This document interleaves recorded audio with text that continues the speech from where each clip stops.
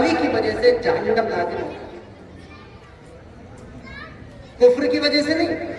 اگر کسی پر جہنم کفر کی وجہ سے لازم ہے تو اس کے کام نہیں آئے گی سفارش۔ ہاں اگر کسی پر جہنم اس کے فسق اور بدعملی کی وجہ سے لازم ہے اور قرآن کی حفاظت کرنے والا بچہ اس کی سفارش کر دے تو اللہ کے نبی صلی اللہ علیہ وسلم نے فرمایا ہے کہ اللہ تعالیٰ ایسے 10 لوگوں کے بارے میں اس کی سفارش قبول کرے گا جن پر بدعملی کی وجہ سے جہنم لازم ہے۔